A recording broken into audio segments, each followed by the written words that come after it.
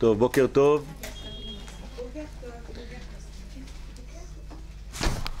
Nous sommes dans la partie de droite. On va continuer notre développement concernant la nature de notre être.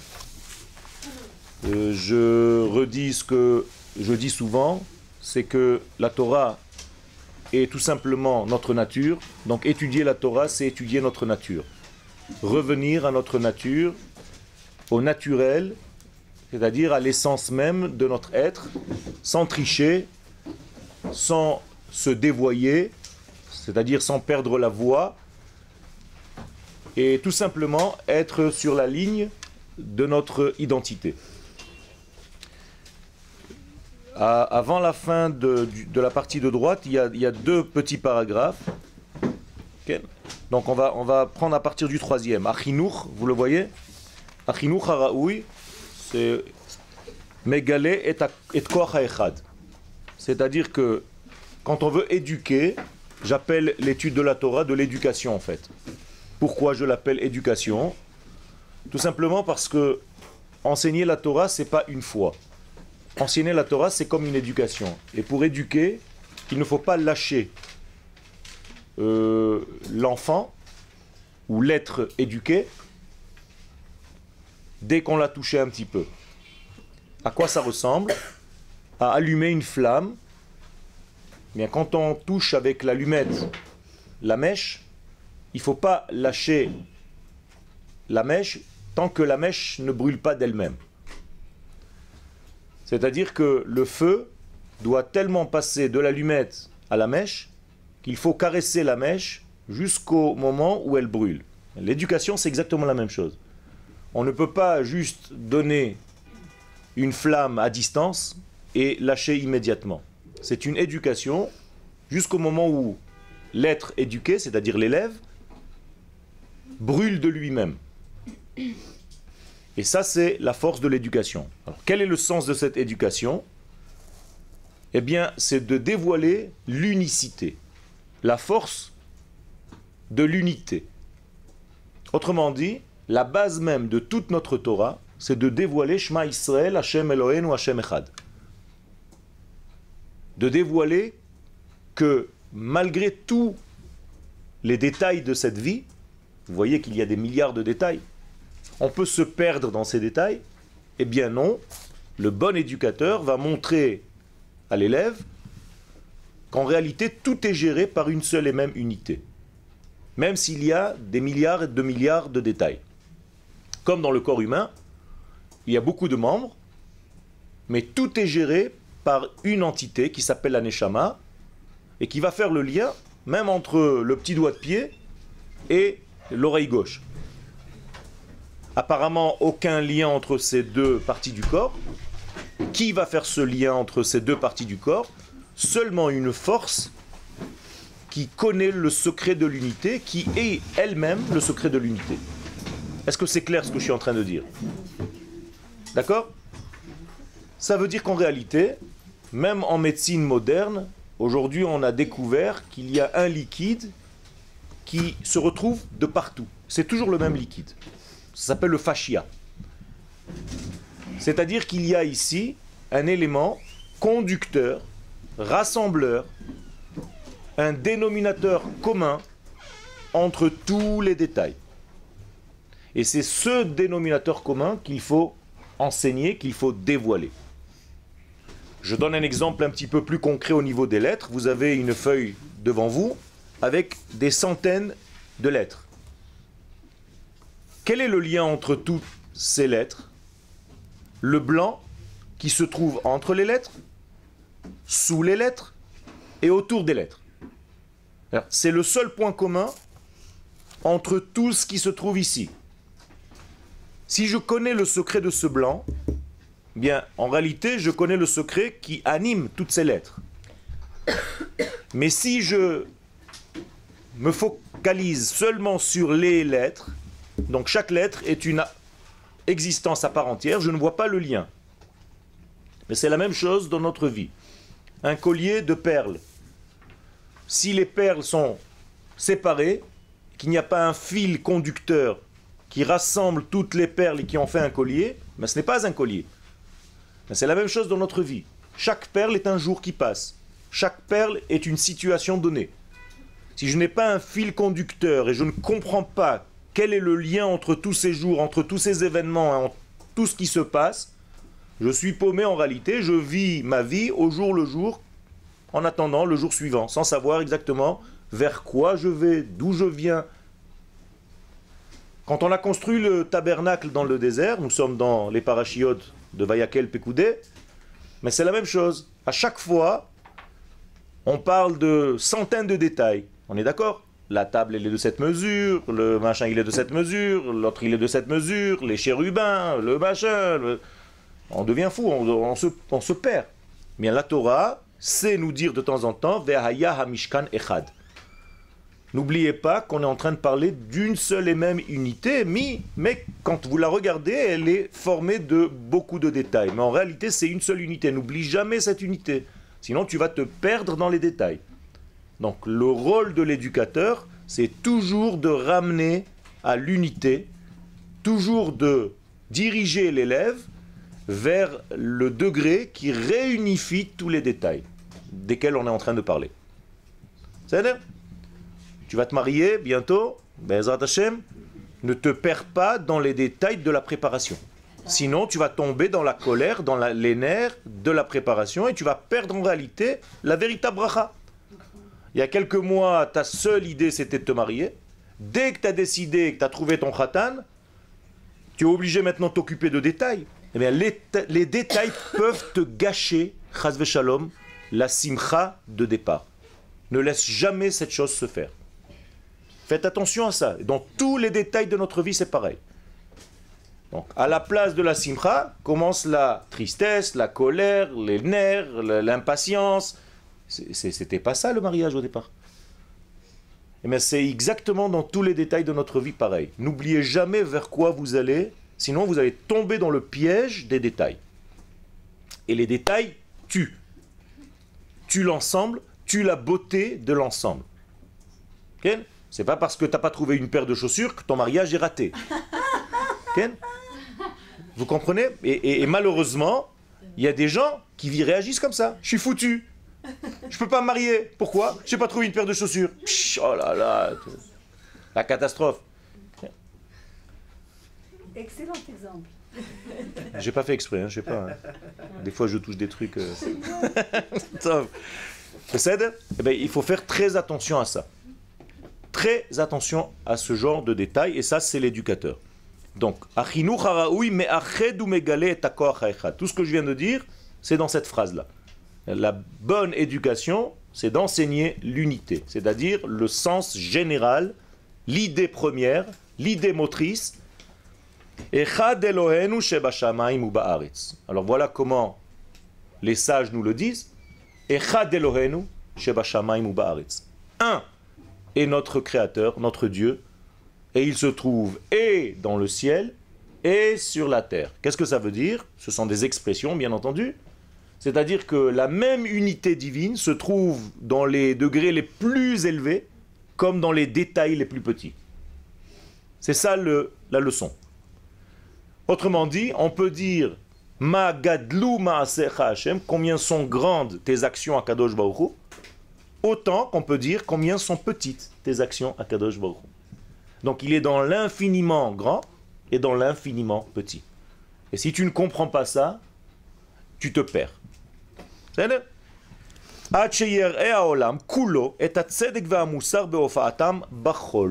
Donc, de facto, comment ça va se passer dans notre monde? Eh bien, il faut que ces valeurs-là, du très haut, c'est-à-dire de l'idéal, donc du divin, se retrouvent dans les degrés les plus petits de notre monde, ce qu'on appelle le chol, le profane. En réalité, le chol en hébreu veut dire aussi le sable. Chol. Chol égale sable. Pourquoi? Parce que le sable, ce sont des graines, des milliards de graines de sable. Alors tu peux te dire, mais alors le sable c'est quoi? C'est un ensemble de graines ou de grains? Non. C'est en réalité une seule unité et il faut savoir trouver ce qui rassemble tous ces grains de sable. Par exemple, l'eau. Tu mets de l'eau dans du sable, tu peux faire quelque chose de solide. C'est comme ça qu'on construit une maison.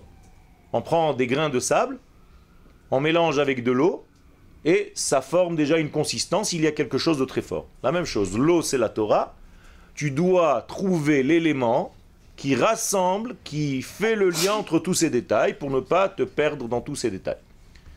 Or, le mot chol en hébreu ne veut pas dire seulement sable, mais veut dire aussi le verbe chalut. Qu'est-ce que c'est chalut en hébreu? Se déposer sur. La choul, rappelez-vous, quand est-ce que chal, chaga Purim, quand est-ce que va tomber la fête de Purim? Donc la racine chet lamed veut dire se déposer sur. Quand est-ce que Purim va se déposer sur terre? Il vient du très haut et il se dépose sur terre. Donc ça va prendre la forme d'une date. C'est-à-dire dans 3 semaines c'est Purim. Eh bien, ça va tomber un dimanche par exemple et un lundi. Donc tomber en hébreu, ça se dit chal, matai chal. Donc Yom Chol, c'est pas un jour profane, c'est un jour qui est en réalité une capacité à contenir, à recevoir du Kodesh. Chal et Matril, c'est lié? Oui. Okay. Matril, lehatril. Ça commence à se déposer. Halal aussi. Halal, c'est quand c'est vide de ça, justement. C'est-à-dire que si c'est vide de ce dépôt, eh bien, chas v'shalom, ça devient vide. En hébreu, vide veut dire halal, donc mort. C'est la même racine que le mot mourir. En hébreu, halal, c'est un mort, chas v'shalom. Vous saviez ou pas? Le mot halal, c'est un mort. Ki matse halal ba'adama velo noda mi harago. Un verset dans la Torah. Si tu trouves quelqu'un de mort, tu ne sais pas qui l'a tué, comment il est mort. Ça s'appelle un halal. Pourquoi? Parce qu'il est chaloul, il est vide. Il n'y a plus de neshama. D'accord? Donc un halal, c'est la mort. La viande halal, c'est la viande de la mort. Okay.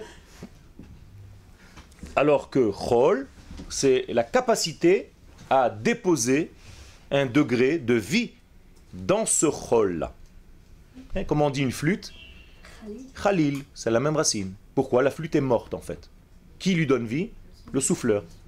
Donc le souffle de vie dans la flûte va donner une musique, une mélodie.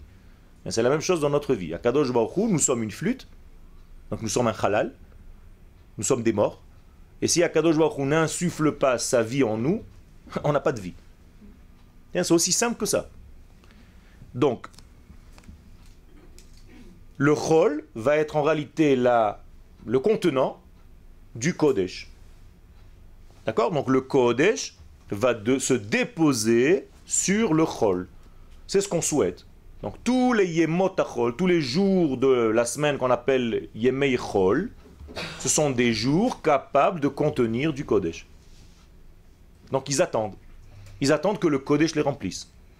Donc qu'est-ce que c'est que nos jours? Aujourd'hui on est un Yom Shlishi. Qu'est-ce que c'est que le Yom Shlishi? Mais c'est un jour qui attend que le Kodesh se dépose dessus. Comment est-ce que je fais pour que le Kodesh se dépose sur mon mardi? Je fais descendre du Kodesh dans ma journée, je la transforme, je l'élève, je lui donne un sens. Le plus important, ça reste le Kodesh? Non. Le plus important, c'est l'union des deux. Sinon, il n'y a rien. Le Kodesh ne peut pas se dévoiler. Il ne peut pas se dévoiler tout seul. Il a besoin du Chol. C'est comme un homme sans une femme. Il ne peut pas se dévoiler. Il n'existe pas. Non, il existe. Non, non, c'est la même chose. Ne pas se dévoiler, c'est ne pas exister. C'est exactement pareil. Là, tu es en train de toucher un point très important. Il y a une étoile dans le ciel que moi, en tant que scientifique, je n'ai pas encore découvert. Bien, cette étoile n'existe pas. Pour moi. C'est la même chose. C'est pas dire, moi, je vois les choses par rapport à notre vie. Le monde a été créé pour nous. Donc, tout ce qui n'est pas accessible à nous, c'est comme s'il n'existait pas encore. Donc, quand tu n'as pas pris conscience d'un sujet, pour toi, il n'existe pas. Mais pourtant, on n'arrive pas à concevoir la globalité de... C'est pour ça que nous sommes des créations et non pas des créateurs. C'est-à-dire, on ne sera jamais lui. Mais en même temps, on ne peut pas le réaliser puisqu'il est au-delà de notre entendement. On peut le réaliser. C'est qu'on prend des éléments de Kodesh et on le réalise dans notre vie. On ne peut pas réaliser le tout, mais on réalise des parcelles. Donc moi je réalise une parcelle, toi tu réalises une parcelle, elle réalise une autre parcelle, et à nous tous, on fait descendre le Kodesh sur terre.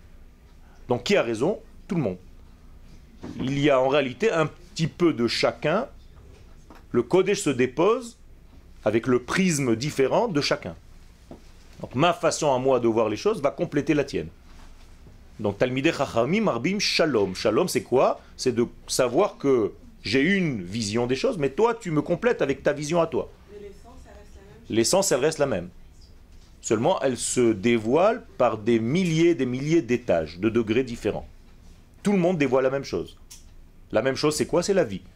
Akadosh Baruch Hu c'est la vie. Est-ce qu'un chat dévoile la vie? Oui, à son niveau. Est-ce qu'un homme dévoile la vie? Oui, à un autre niveau. Mais tous les deux, en réalité, s'affairent à dévoiler la même vie. Le divin.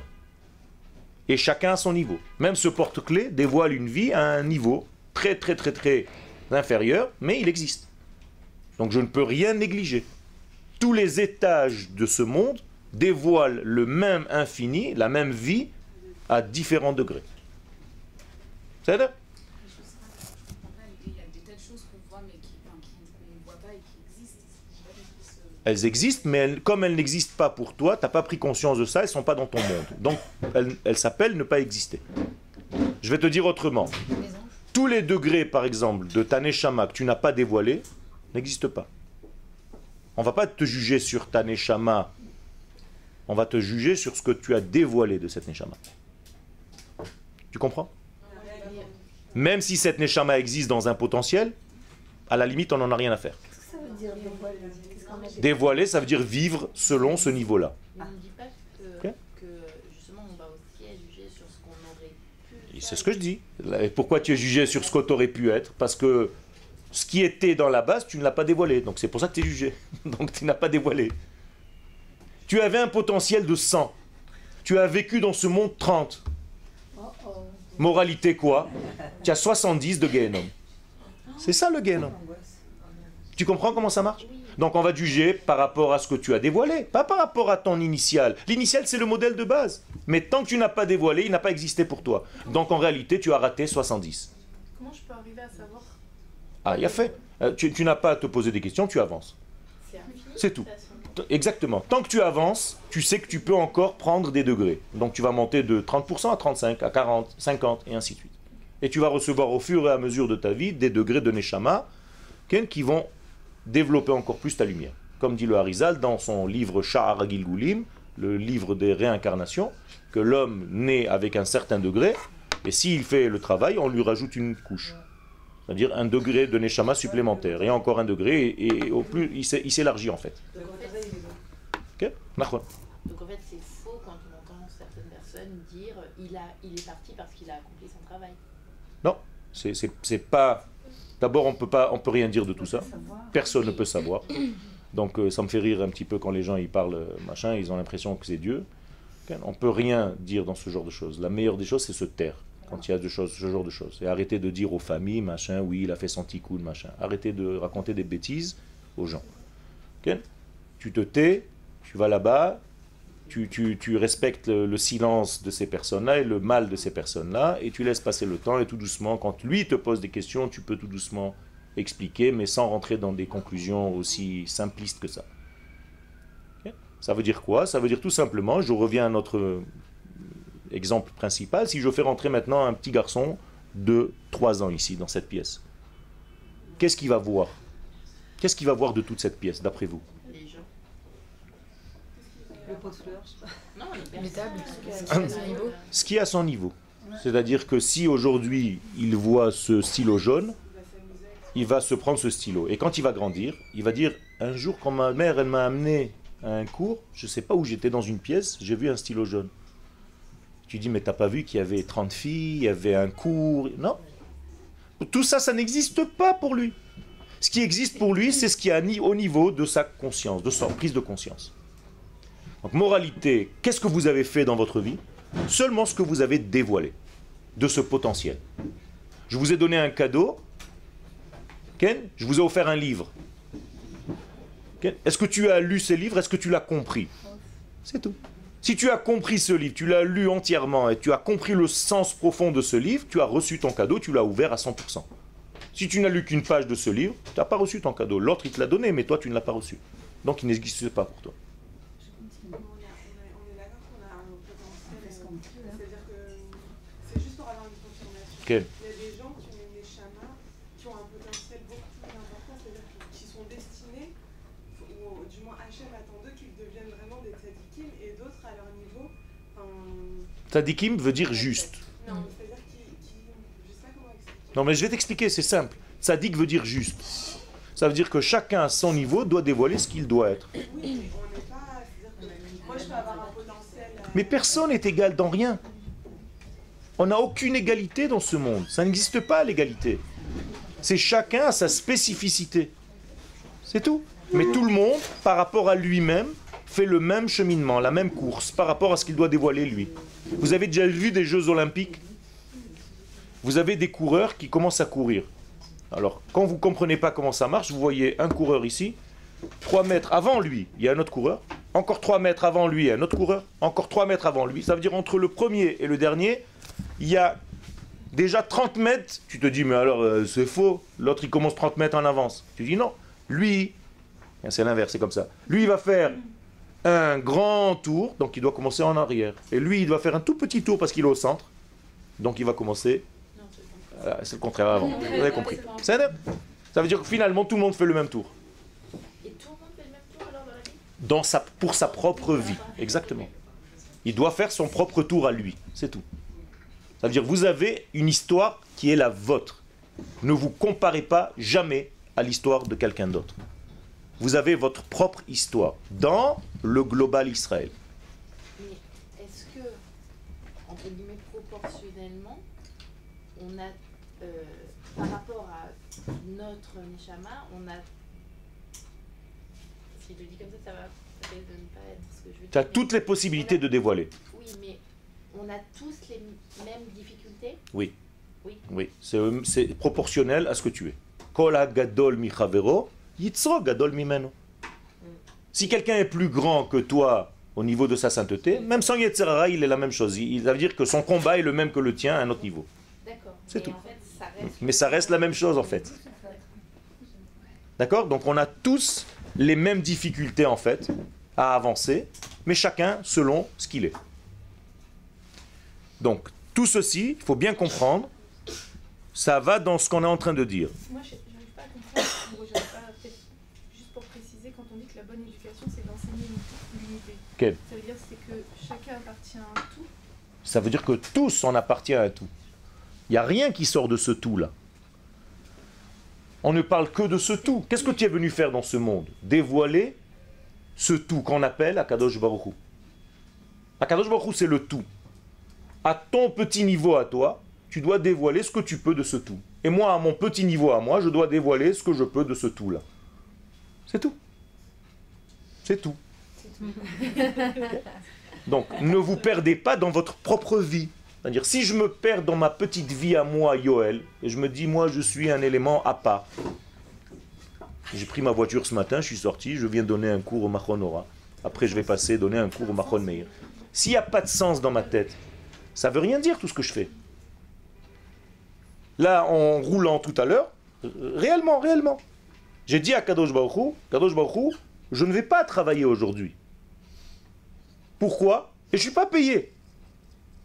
Je le fais gratuitement au Machon Ora. Pourquoi? Parce que je veux dévoiler ton nom dans le monde. Voilà, maintenant, je l'ai parlé comme ça à haute voix.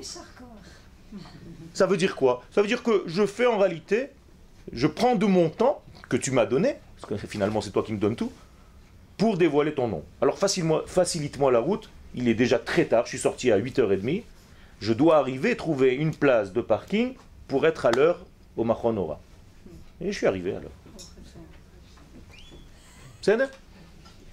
Ça veut dire que je fais en réalité avancer son processus à lui. Je ne vis pas pour Yoel, Stam, style, passer ma vie, avoir des enfants, manger, aller au restaurant, aller... C'est pas ça la vie. Je vis pour dévoiler cet infini. Et je peux aussi avoir du plaisir à faire ça dans ma vie. Et il faut que j'ai du plaisir. Il ne faut pas que je le fasse de force en faisant la tête. comme celui qui va au mariage et qui commence à faire la tête au lieu d'aller vers la simra. Reste avec ta fraîcheur de départ. Arrêtez de faire la gueule, excusez-moi l'expression, quand vous faites la Torah. Si tu commences à rentrer dans la Torah et tu deviens de plus en plus triste, austère, fermé, c'est que ta Torah ne convient pas, elle n'est pas belle. Reste avec ta fraîcheur de départ, avec ta simcha de départ, celle qui t'a poussé au départ à faire ça. L'élan que tu avais là, Ken, sinon tu as vieilli, tu as séché, alors tu es devenu robotisé, un fabricant de mitzvot. C'est pas ça notre vie. C'est ça? Donc il faut de temps en temps se rappeler tout ça. Est-ce que c'est pas relatif aussi un petit peu ce que vous dites? Relatif à quoi? Je veux dire, quand vous parlez du bonheur de comme ça, on fait la Torah. Quel? Je veux dire, peut-être qu'il y en a qui le vivent bien. C'est ce que je dis. Moi je donne une clé générale. Je ne sais pas, je rentre pas dans les titilliotes de chacun.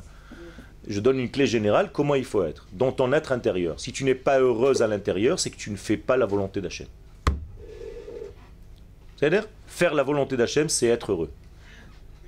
Pourquoi? Parce qu'Akadosh Baruch Hu nous a créés pour qu'on soit heureux. Les hétiv, la briote. Et donc si entre guillemets, j'ai le plaisir de mon être, de ma vie, je fais sa volonté.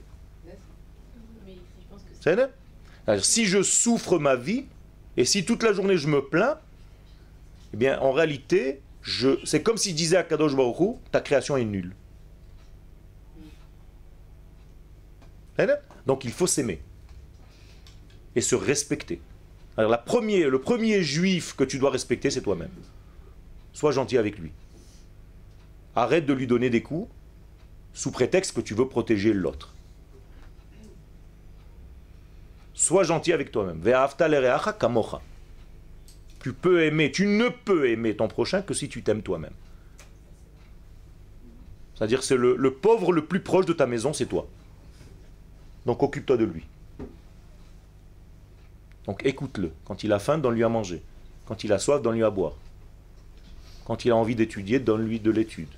Respecte-le, écoute-le, sois à l'écoute de lui. Donc regardez-vous avec un certain recul. Vous comprenez ce que je suis en train de raconter? Donc je dois rencontrer Yoël. Et si j'arrive pas à le rencontrer, je vais faire un dimion moudrach, je vais fermer les yeux et je vais aller rencontrer le Yoël. Et je vais le rassurer. Et si j'arrive pas, je vais aller le rencontrer quand il était jeune. Donc je vais fermer mes yeux et je vais aller voir le Yoël petit que j'étais quand j'avais 10 ans. Okay? Et je vais aller l'enlacer. Et je vais lui dire, mon petit Yoël, ne t'inquiète pas, regarde, moi je suis toi, 40 ans plus tard. Vous comprenez comment ça marche?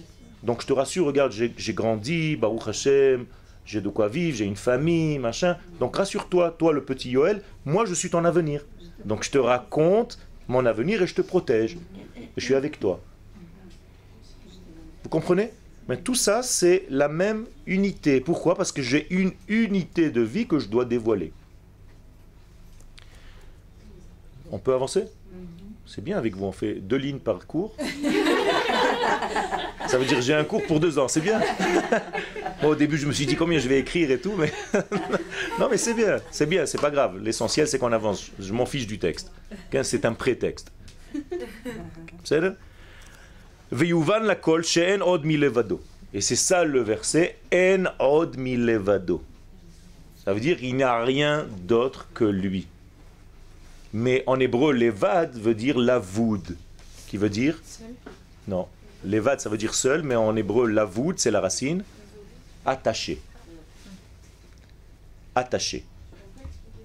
Oui, je peux expliquer ça. Il y a une matière en hébreu qui s'appelle le feutre, comme dans les chapeaux. C'est un genre de tissu comme ça qui est écrasé. Ça s'appelle leved. Leved. Lamet, bet, dalet. Et ça veut dire lié. C'est comme un tissage, mais qui n'est pas tissé. C'est tout simplement collé, les uns aux autres. Comme du feutre, cette matière-là. Levado veut dire collé à son essence. Qu'est-ce que ça veut dire? Ça veut dire tout simplement que je dois retrouver en réalité le personnage ou l'être que je dois être. Donc quand je suis l'évade, je ne suis jamais seul en réalité. Ça n'existe pas être seul. Je suis avec mon essence, avec moi-même. Donc généralement, si je suis quelqu'un de sain, je ne peux pas m'ennuyer. Même seul. Parce que je suis toujours à deux. C'est-à-dire que moi et moi. Le paraître et l'être. C'est le jeu et le moi. On a Ken, vu ça. Ken, Nachon. Ça veut dire qu'en réalité, j'ai un mariage intérieur qui est vécu et consommé à chaque instant. Entre mon potentiel et ce que je vis de ce potentiel-là.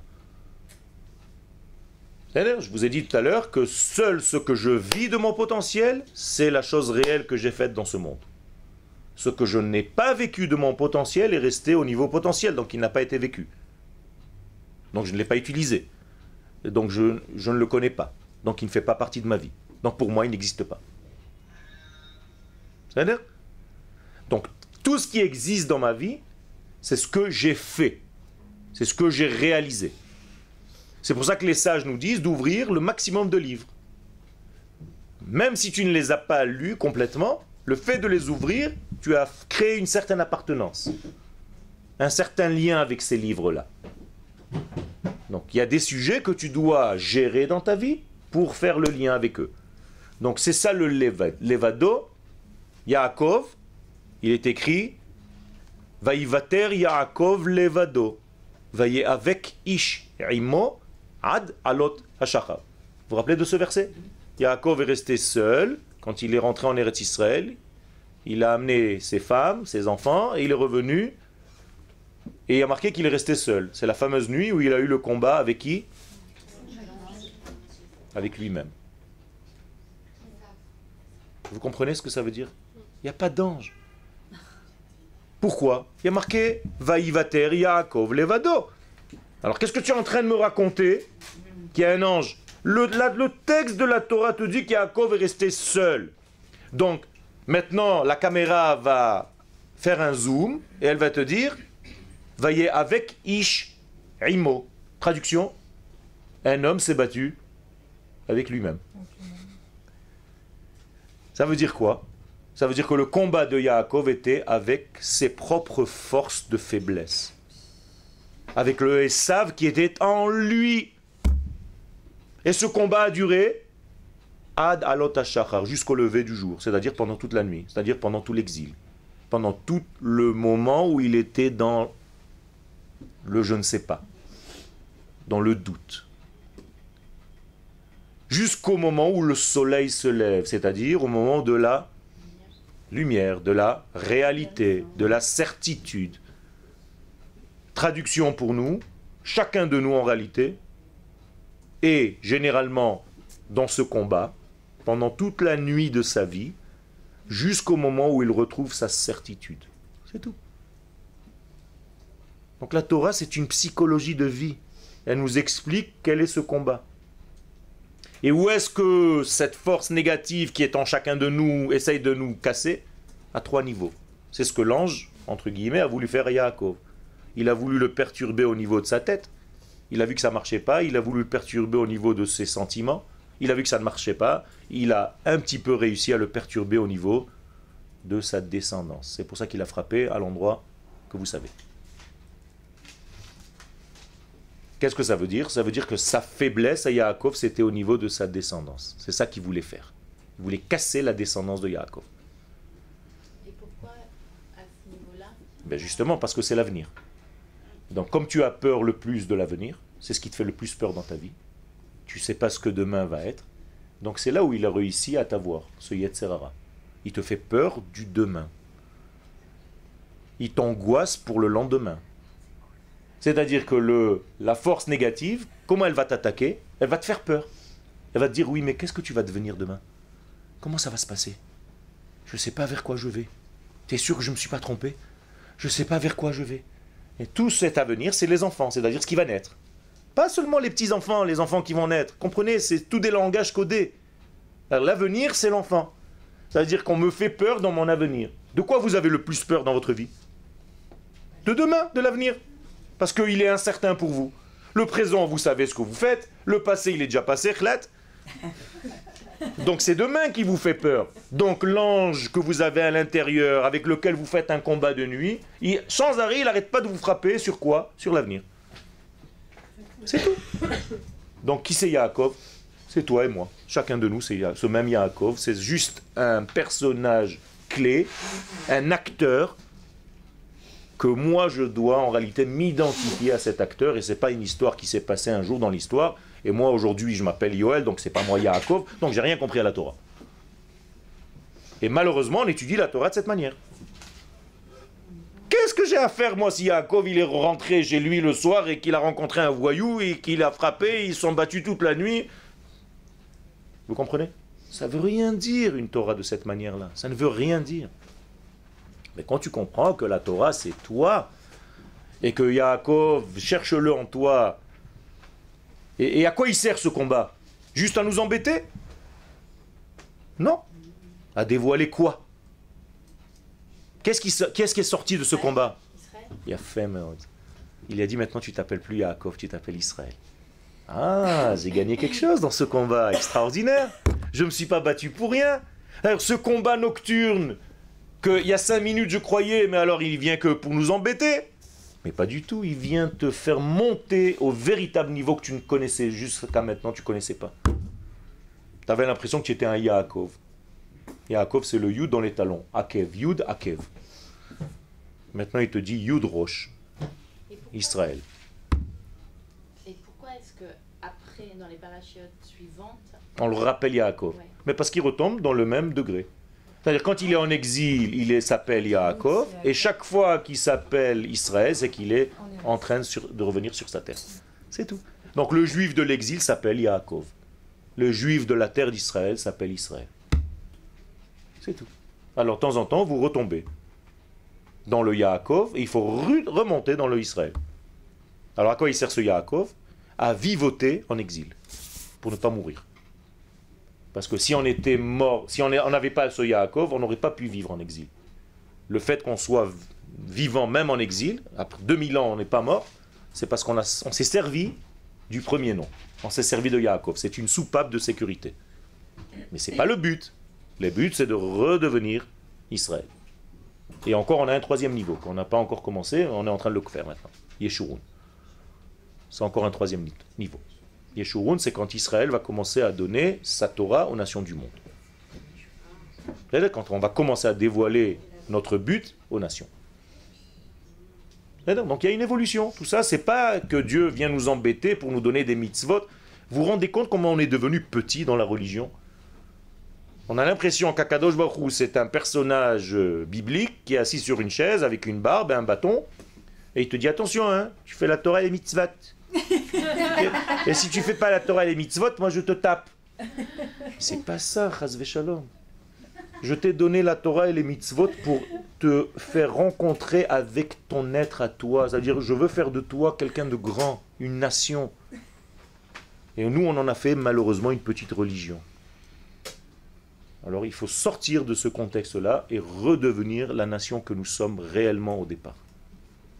Il y avait une chérie-là? non, c'était juste pour partager avec tout le monde quelque chose que j'ai vécu la semaine dernière. Il y avait, donc j'habite Écli, et il y avait le groupe de l'année prochaine, si tu veux, qui va monter en Israël, qui va faire l'Alia, qui est venu visiter le show. Et ce jour-là, on avait une Arnasat Sefer Torah.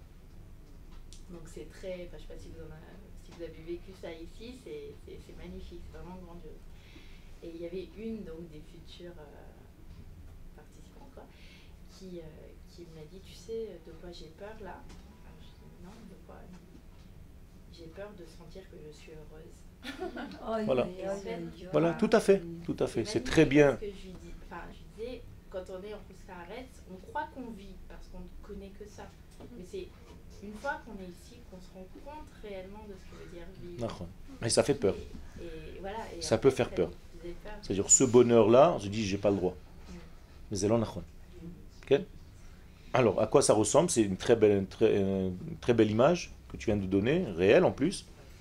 Moi, je compare ça à un ver dans une pomme. Alors, toute sa vie, en fait, il croit que la pomme, c'est son univers. Donc il mange, il mange, il mange, il mange, et un jour, il perce la peau. Et il sort comme ça, et il s'est dit, oh là là, c'est immense. Il y a un univers, moi je croyais que tout était dans cette pomme. Mais c'est la même chose. Et c'est pour ça qu'il faut grandir, il ne faut pas avoir peur de grandir. Quand je donne des cours sur la Teshuvah, dans le mois de Elul, je pose le sujet en disant, la première Teshuvah, c'est de faire Teshuvah sur notre petitesse. Faites Teshuvah sur votre petitesse. Vous voulez rester toujours petit, parvé. Bonjour ma petite madame, je veux un petit café, je veux une petite baguette, je veux un petit croissant. Tout est petit, petit, petit, petit, petit. Okay? Okay? La Torah, elle dit, Ken, Torah Hashem, Markimat Peti. Okay? Elle fait rendre sage, Peti, les imbéciles. Petit en hébreu, c'est imbécile. Okay? Markimat Peti. Markimat Peti. Hi Markima et mi shenikra Peti. C'est-à-dire, elle rend sage, Markima, Chacham, Racine, Peti, les gens qui sont en réalité bêtes. On est ensemble? Ok. Et question, et en quoi l'ange a attaqué dans les fêtes de Yaakov sur sa descendance? Eh bien justement, Yaakov, au niveau de sa descendance, il va y avoir encore des fautes. C'est-à-dire que il va y avoir des problèmes, il va y avoir des perturbations. Quelle partie de son corps il a frappé? La Brit Mila, vous savez. Nous on appelle ça la hanche et tout ça, mais en réalité c'est parce que la Torah veut parler un langage propre. Mais il a frappé en réalité dans sa Brit. Quel est le personnage qui correspond à cette Brit? Yosef. Qui va avoir des problèmes avec ses frères toute sa vie? Yosef. Ça veut dire qu'il a frappé dans son Yosef. C'est tout. Or, Yosef, encore une fois, c'est pas un personnage. Que veut dire le mot Yosef? Rajouter. Ça veut dire qu'il te frappe dans ton rajout. À chaque fois que tu veux rajouter une couche dans ta vie, il vient t'embêter. Vous comprenez comment ça marche? Tout est codifié. Parce que Yosef, c'est la Brit Mila. Mais pourquoi Yosef? Parce qu'il correspond à la Brit, à la vie. Od Yosef Chai. C'est-à-dire, chaque gosse, chaque enfant de Yaakov correspond à un degré. Réou, Ven, Shim'on. Lishmoa, lirot, Yehuda, Léodot, remercier. Yosef, c'est ajouter. Qui rajoute la vie? La Brit Mila. C'est de là-bas que la vie vient. Donc, il a frappé en réalité dans son rajout. C'est-à-dire, reste petit, ne rajoute pas encore. Arrête. Et ça, c'est pas du judaïsme. Le judaïsme te dit non, au contraire. Holech vatov, va en recevant un petit peu plus de lumière divine dans ce monde. Fais en sorte de défendre Akadosh Baruch Hu tous les jours un petit peu plus. C'est-à-dire? Alors, Tafkidam shel Israël, hu leochiach hu leachshir et haolam le'aliyato ad le'akarato b'makor ha'elyon. Quelle est donc la fonction d'Israël? C'est leochiach. Qu'est-ce que ça veut dire leochiach? Non. Prouver. Prouver ou les archir et rendre kasher, c'est-à-dire apte à recevoir, et à olam, le monde entier, les aliato, pour que le monde puisse monter, ad le akarato b'makor ha'elyon. Jusqu'à ce que le monde reconnaisse qui? Sa source supérieure. C'est-à-dire Akadosh Baruch Hu. C'est ça le but. Le but, c'est pas que Israël fasse la Torah et les mitzvot. Le but, c'est que le monde reconnaisse la suprématie d'Akadosh Baruch. Ça passe par la Torah et les mitzvot que Am Israël fait. Vous comprenez? Il faut voir les choses complètement différemment. Ochachahi velo tochecha. Et là, je fais une précision. Ochacha, c'est une preuve que je dois donner aux autres, et pas tochecha. Qu'est-ce que c'est tochecha? Une réprimande. C'est-à-dire, je ne suis pas là pour réprimander l'autre, mais je suis là pour prouver à l'autre ce que je suis en train de dire. D'accord? Donc je ne peux pas dire à quelqu'un, ouais, tu es un rachat, tu fais pas ça, tu n'as pas fait ça.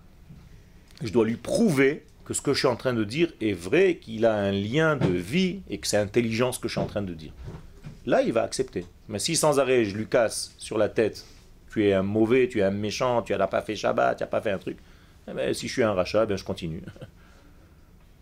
Et en quoi la pratique des mitzvot, elle amène au monde la reconnaissance de la suprématie? Très bonne question. Très bonne question. Dans le fait que la pratique de la Torah et des mitzvot pour un homme et une femme d'Israël, c'est tout simplement vivre selon son identité. Donc c'est le seul moyen, la Torah et les mitzvot, pour que tu vives selon ton véritable niveau, et alors là tu deviens un canal de lumière. C'est là où tu peux commencer à véhiculer la parole de Dieu sur terre. Donc, tant le peuple ne fait pas la Torah et les mitzvot, il n'a pas encore fait le lien avec sa propre identité, donc il ne peut pas enseigner, il ne peut pas jouer le rôle. Si je peux me permettre, on avait vu dans Shmoneh Prakim et Rambam aussi que c'est grâce à la Torah qu'on pouvait trouver l'équilibre. D'accord. Parce que justement, ça nous a... D'accord, c'est la même chose, exactement. Donc la Torah, c'est notre refoua, c'est notre équilibre, c'est notre bonne santé.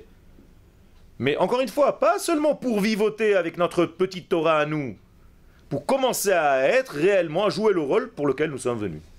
C'est-à-dire éclairer le monde. C'est vrai ? Mais encore une fois, on peut tomber dans le piège. De quoi ? De faire la Torah pour rester dans notre petit jus à nous. Mais c'est pas le but. Mais c'est la destruction du deuxième temps. Nachon, exactement. On n'arrive pas à comprendre qu'il y a une étape supplémentaire. Tu crois que tu es là pour faire ta Torah et tes petites mitzvot et c'est fini, tu es messoudar, tu es arrangé, tu es tranquille.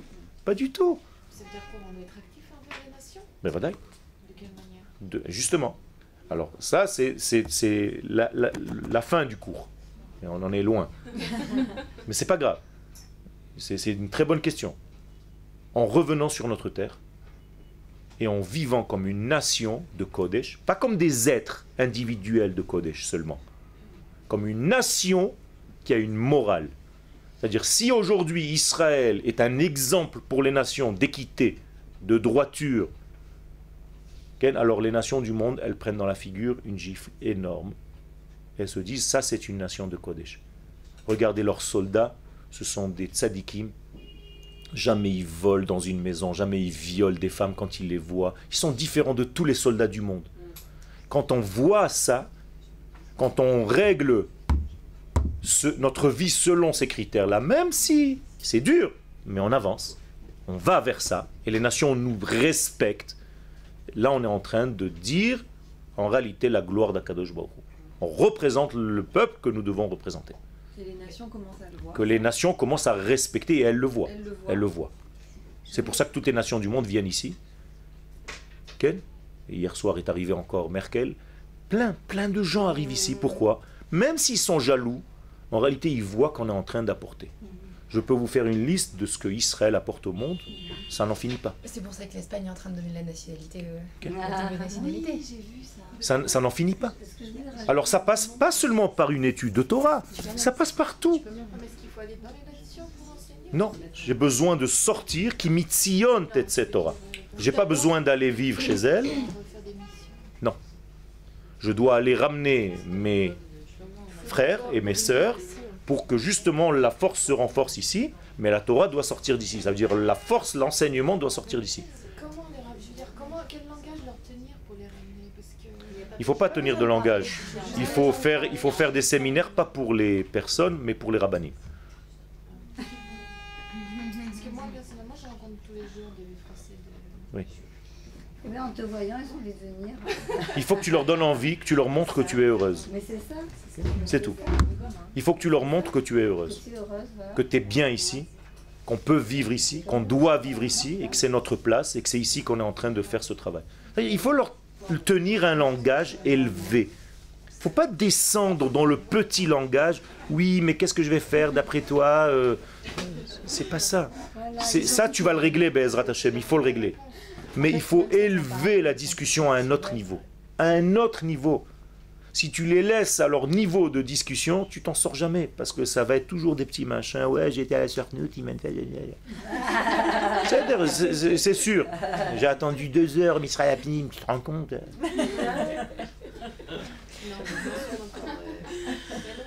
Alors ceux qui sont encore plus loin que ça, alors ceux qui sont encore plus loin que ça, alors eux, ils se demandent Bechlal, qu'est-ce qu'on en a à faire Bechlal, de tout ça.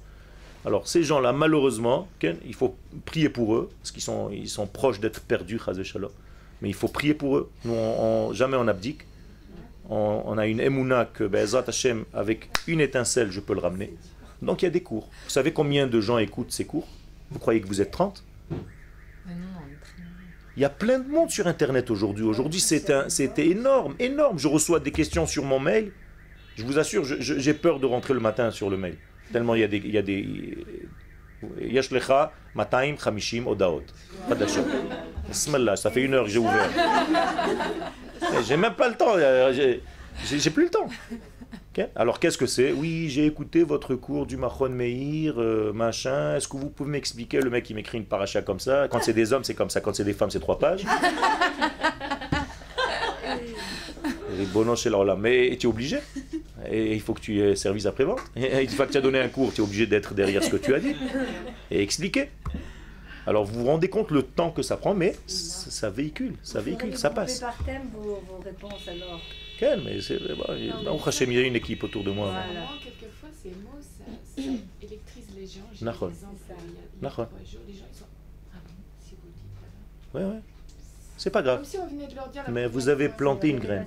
Et j'ai déjà eu des gens qui m'ont dit avoir fait leur aliyah grâce à ça. Vous plantez une graine, et après cette graine, elle reçoit des gouttes de pluie et elle fait pousser une pousse. Et vous savez pas ce que vous avez fait. Et des fois, vous allez rencontrer quelqu'un dans 20 ans, il dit, oh, vous savez pas, c'est grâce à vous qu'un jour vous m'avez dit, tu t'as déjà oublié ce que tu lui as dit. Ça marche comme ça. Donc ne perdez pas l'espoir. Le judaïsme, c'est l'espoir qu'on peut sauver chaque étincelle. Et jamais on se fatigue. Il ne faut pas se fatiguer. C'est ça le Yosef. Imaginez-vous une femme, elle est en train d'accoucher, avec toute la douleur que ça comporte, et au moment de l'accouchement, qu'est-ce qu'elle dit? Si Dieu veut, encore le prochain. Mais ça s'est passé pour qui? Pour Yosef. Quand Yosef est né, qu'est-ce qu'elle a dit sa maman Rachel? Si Dieu veut, Yosef li Hashem ben acher. Je veux encore un. Et donc elle a appelé Yosef. C'est-à-dire quand tu le vois à lui, tu as envie d'ajouter. C'est ça la force de Yosef. C'est ça? Tov. Déjà 10 heures. Tov. Donc le chinour, donc cette éducation, vous comprenez bien qu'il s'agit donc de Torah, j'appelle ça éduquer. Doit se faire la Torah par des explications, par du concret, par de l'intelligence. Quand les gens te voient, ils doivent se dire, c'est quelqu'un qui me paraît stable. C'est pas un allumé, c'est pas un illuminé, c'est pas... Okay? Donc il faut que tu présentes bien pour que les gens aient envie. N'oubliez pas que nous sommes des agents. Des agents qui travailleront pour Akadosh Baruch Hu. Donc je suis l'agent Yoel. Service spécial, numéro machin, Ken, habitant machin, c'est tout. Je suis un agent. Pas du FBI, mais du Melech Malchei Amlachim, Akadosh Baruch Hu. En tant qu'agent, je dois présenter bien. Je dois être propre. Je dois sentir bon. Je dois être droit. Je dois être équitable. Je dois être mesuré dans ce que je fais, dans ce que je dis. Je dois représenter un exemple, on me regarde. Mais c'est comme ça que tu attires encore un soldat pour le même travail. Mais si, chas v'shalom, quand on te voit, on se dit, oh là là, tout, mais pas devenir comme ça. Hashem Ishmor, c'est du Chilul Hashem. Donc il faut faire très attention à tout ça. C'est-à-dire, vous, en tant que femme, la même chose. Quand vous allez, Be'ezrat Hashem, vous marier, il ne faut pas commencer à prendre l'habitude que vous êtes une femme à la maison, ça y est. Il faut rester belle, il faut vous maquiller, il faut être belle pour votre mari, pour votre foyer et pour le peuple d'Israël. Il faut être des femmes qui présentent bien, pas devenir des chiffons avec des robes de chambre à 3 km qui descendent par terre avec des babouches et un truc on dirait que tu sors du bain. Le mec, il a même plus envie de te regarder. Non, mais je rigole pas, je vous dis des choses parce que je reçois des femmes. J'ai reçu une femme, elle est venue au Machon Meir, et je lui dis, je peux parler clairement? Elle m'a dit oui. Elle m'a dit, tu as vu comment tu es? Tu t'es regardé dans le miroir, ça? Ben oui. Je lui dis, mais c'est pas ça. La semaine d'après, elle est venue, c'était plus la même femme. une beauté. J'ai dit, Baruch Hashem, comment il est votre mari? Il m'a dit, un autre. C'est normal. Tu as bougé les pions, il y a tout qui bouge. Donc gardez cette fraîcheur, comme je vous disais tout à l'heure de garder la fraîcheur, la même chose, gardez cette fraîcheur dans tout. Il ne faut pas s'habituer, il faut pas s'habituer à quoi que ce soit, jamais. S'habituer, c'est s'endormir. Comme les enfants, ils sont toujours... Exactement. Il faut être en extase, sans arrêt, trouver les choses nouvelles, comme si c'était la première fois que je suis venu donner un cours aujourd'hui ici. Sinon, je peux venir, shalom, on continue notre cours.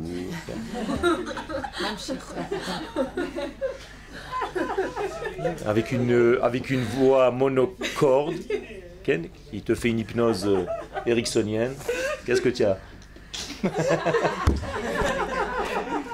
Ah là là là là, on appuie sur des boutons là. Top.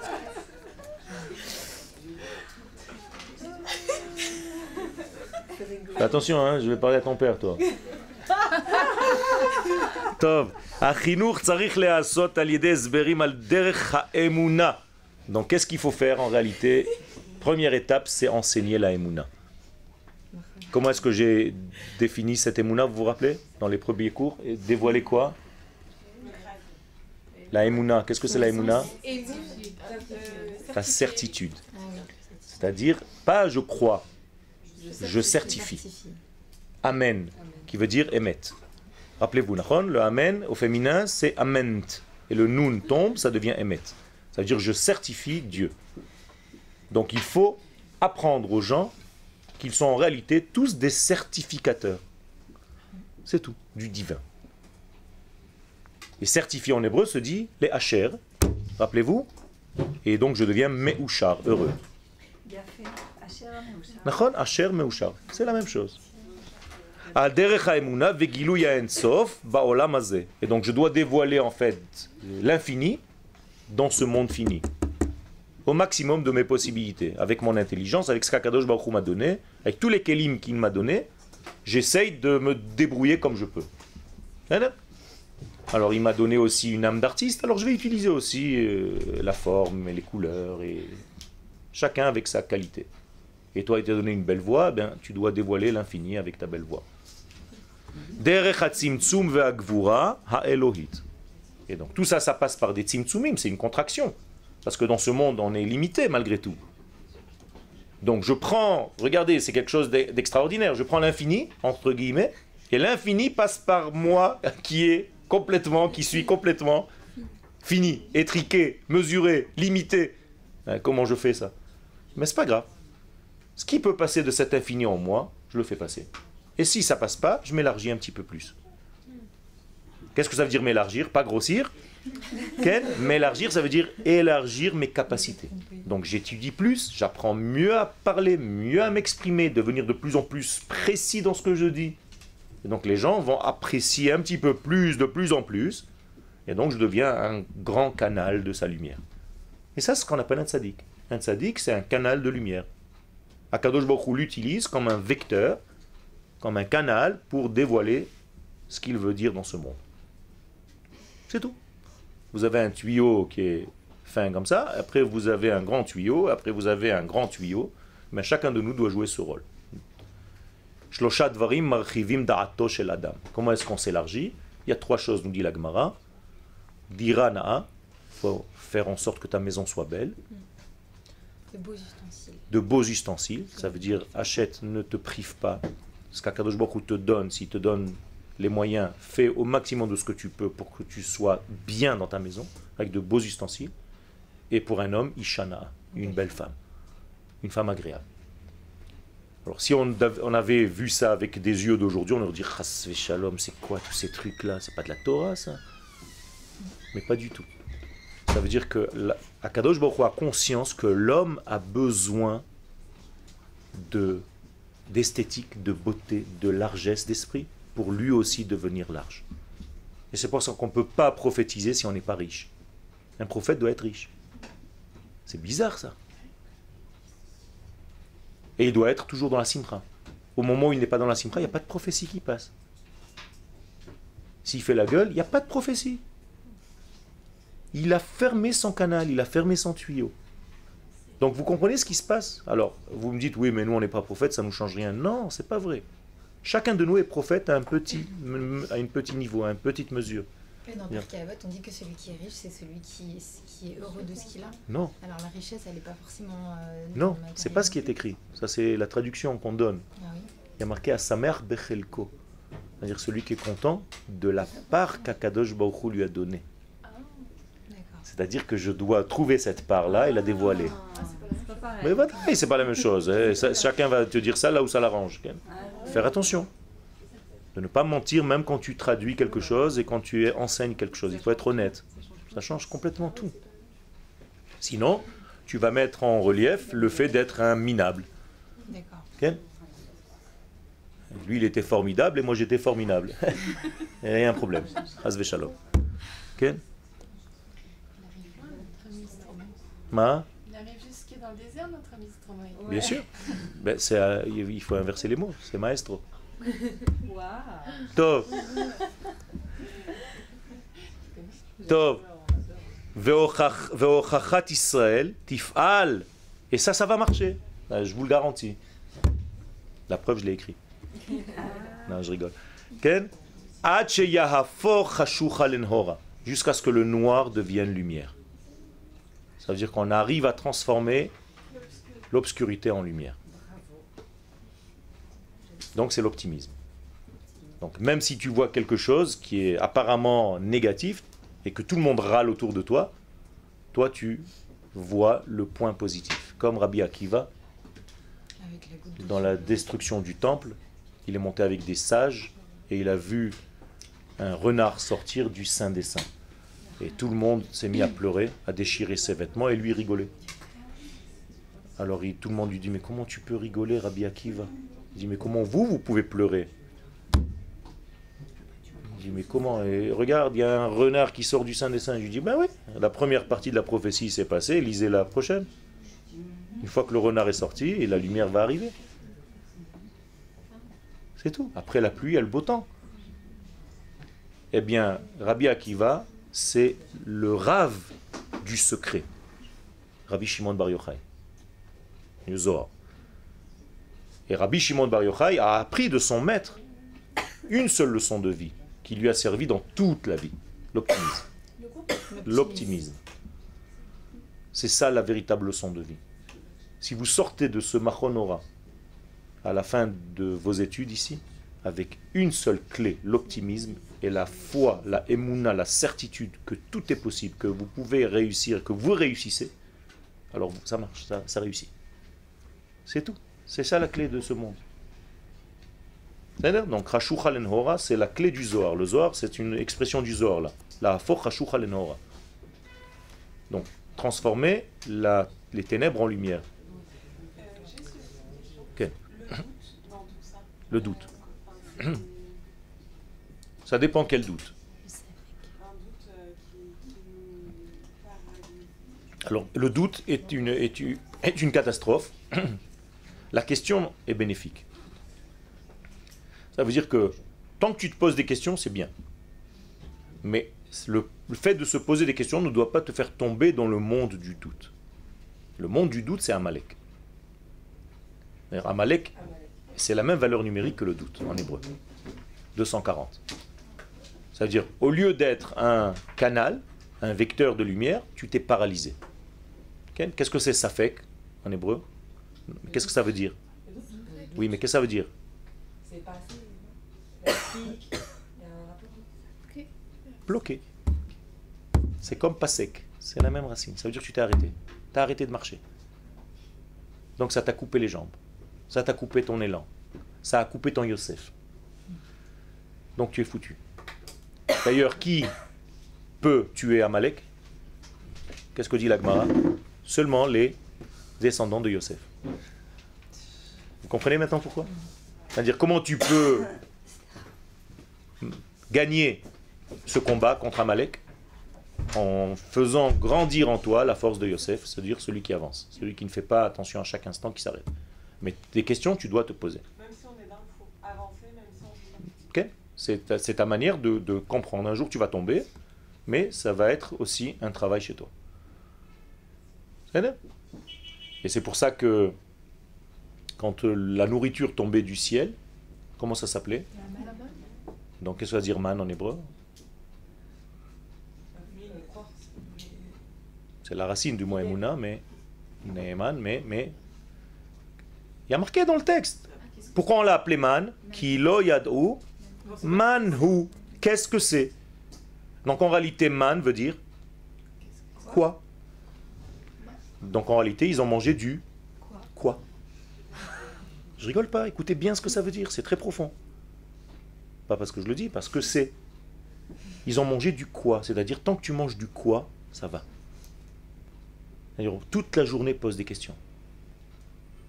Mais si tu arrives à un degré de doute, okay, ça c'est très grave.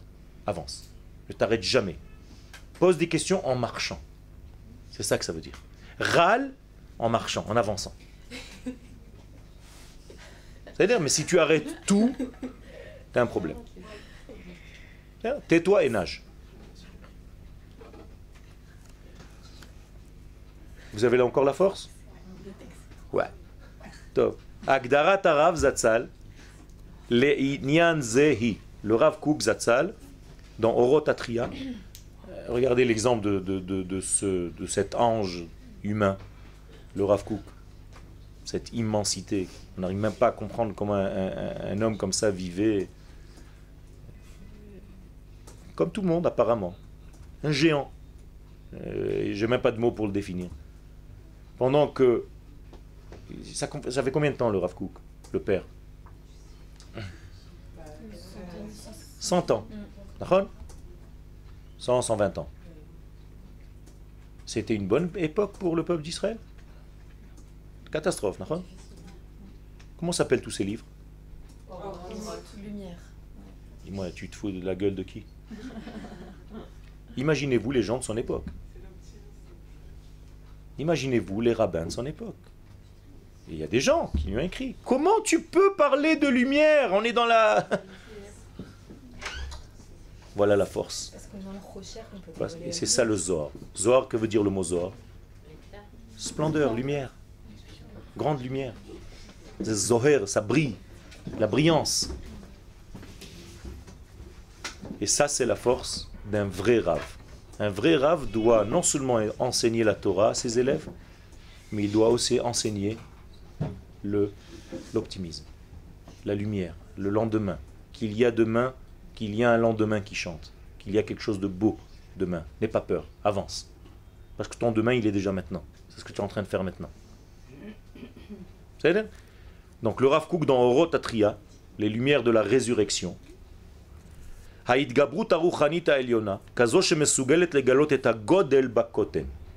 appelle ça Haïdgabrut Aruchanit Ha'elyona. Ce sont ces mots que j'ai mis en gras. C'est-à-dire Haïdgabrut, le fait de surmonter au niveau esprit supérieur. Qu'est-ce qu'il veut dire par là? Celle qui te permet de dévoiler l'infini dans le fini. C'est-à-dire le grand dans le petit. Si tu es capable de faire ça, tu es quelqu'un de grand. J'explique. Un grand maître, c'est quelqu'un qui prend de grandes notions et qui les fait descendre dans de petits mots, tout simples, qui arrivent chez l'élève et que l'élève comprend. Il sort du cours comme si c'était très clair. Ça, c'est la force du maître. C'est de prendre des lumières immenses de l'ordre de l'infini et de les habiller dans des ustensiles finis, mesurés. D'ailleurs, ça s'appelle un shiur. Qu'est-ce que c'est un shiur, Torah? Une mesure de Torah. Un shiur n'a jamais été un cours. Un shiur veut dire mesure. C'est pas mida, monsieur? C'est la même chose. Les sha'er, c'est mesurer. La tête shiur, c'est donner une mesure. D'accord? Sha'ar, c'est une porte, un portail par lequel va passer.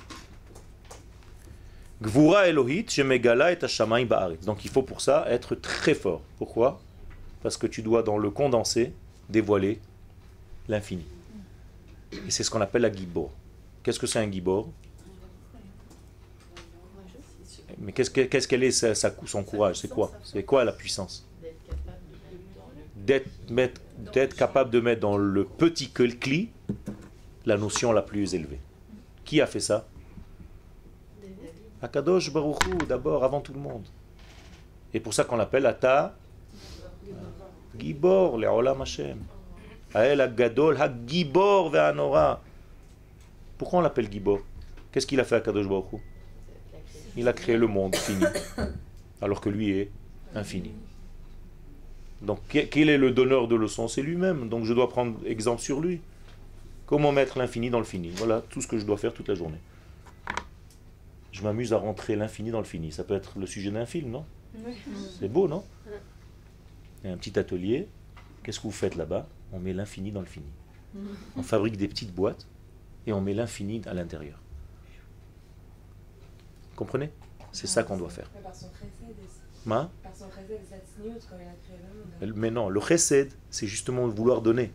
Mais je peux par le chesed te tuer, parce que je te donne trop. Alors au contraire, qu'est-ce qu'il a développé? La gvura, c'est-à-dire la mesure, la contraction de cette bonté, pour que justement sa grande bonté soit mesurable au niveau de ce que tu peux recevoir. Comme le sein d'une maman pour la bouche du bébé. Mais ça, c'est à titre individuel Non, non, tout le monde. Même au niveau collectif. Même au niveau collectif. Puisque on reçoit en réalité